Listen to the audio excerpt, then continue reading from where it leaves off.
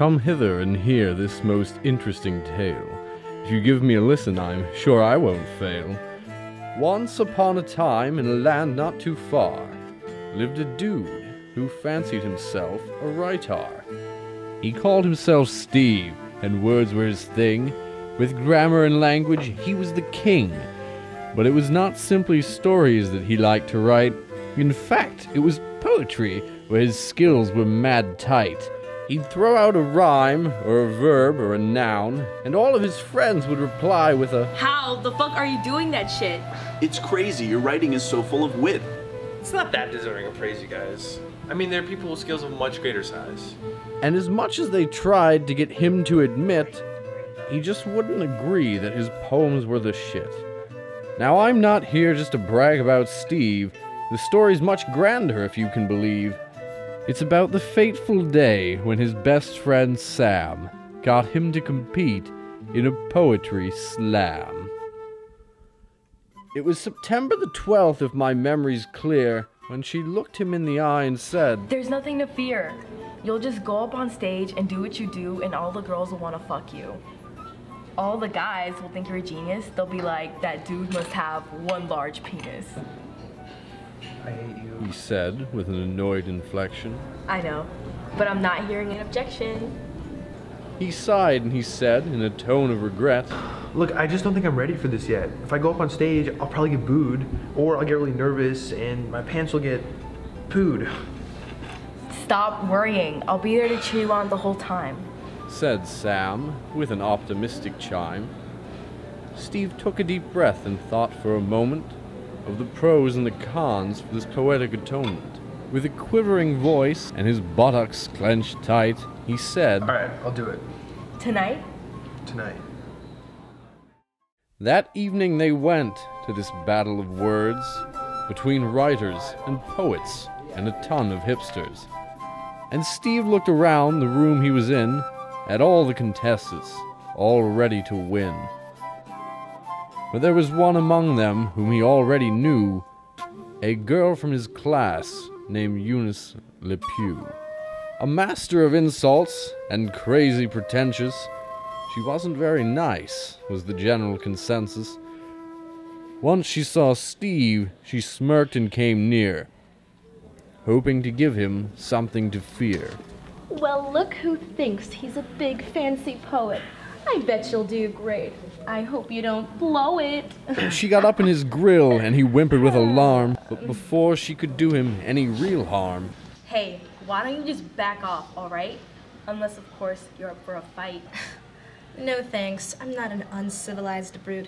I prefer to use words to resolve my disputes. Sam rolled her eyes and gave a reply. Okay, fine. Hope you're ready to cry because Steve's gonna work the shit out of you. Oh, I really wouldn't say that's true. I mean, I'm gonna give that audience chills. Also, you're ugly and have poor social skills. Oh, really? Well, prepare to go down, because everybody knows I'm the best poet around. Please, you haven't heard anything like Steve's stuff. Look, why don't we all just take a breath and... Shut up. But before they were able to finish their fight, the master of ceremonies came up to the mic. What's up, what's up? Everyone, take a seat. My name's MC Homeslice, and I'm filling in for Pete. He's coping with the crippling twerking addiction. His ass is chafing from all of the friction. Are you guys ready for a great show? Yeah, let's do this. Come on, let's go.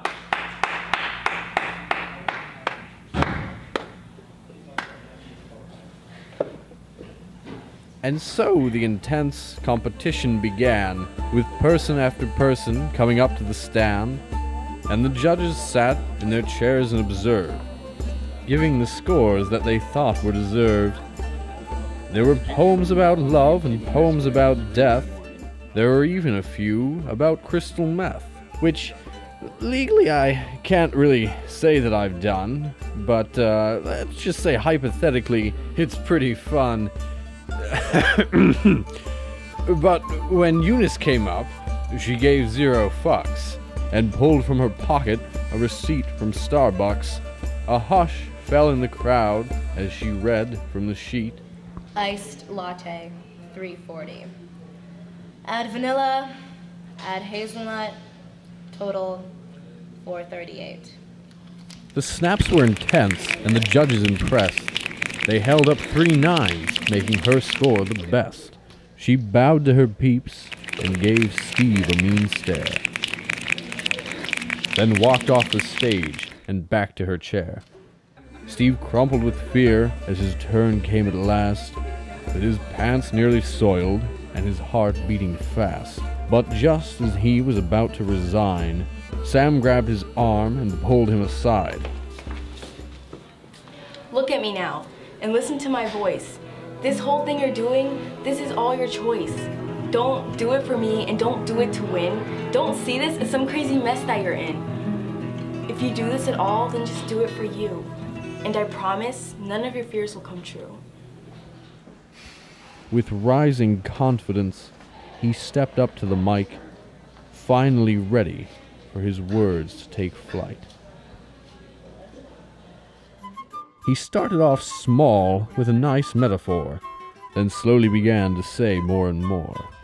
His words weaved together like the silk of a spider, his ill rhymes in need of a healthcare provider, and to his surprise he saw smiles grow wide. He heard not one boo, and no one was snide, so he finished his poem with perfect dictation, and the audience gave him a standing snapvation. He turned to the judges and was shocked once again to see that they'd given him a 10, 10, and 10. Eunice's eyes nearly popped from her head, and her rage was so great she began to glow red. It's impossible! She yelled. My evil's too strong! But Steve stared through her eyes and said, Looks like you're wrong. and with that, the girl shrieked out in pain as her sinister body burst into flames. The reign of the Eunice had at last ended, and all over campus happiness descended. There was laughing and hugging and sobs of relief. That their torment had ended, they could hardly believe. All around our young champion, folks gathered with praise, and Steve was hailed as a hero for the rest of his days. Now, if this tale has a moral, I'm not sure what it is, but if you allow me to guess, it may be that it's this. Believing in yourself is an absolute must. That, and evil people spontaneously combust.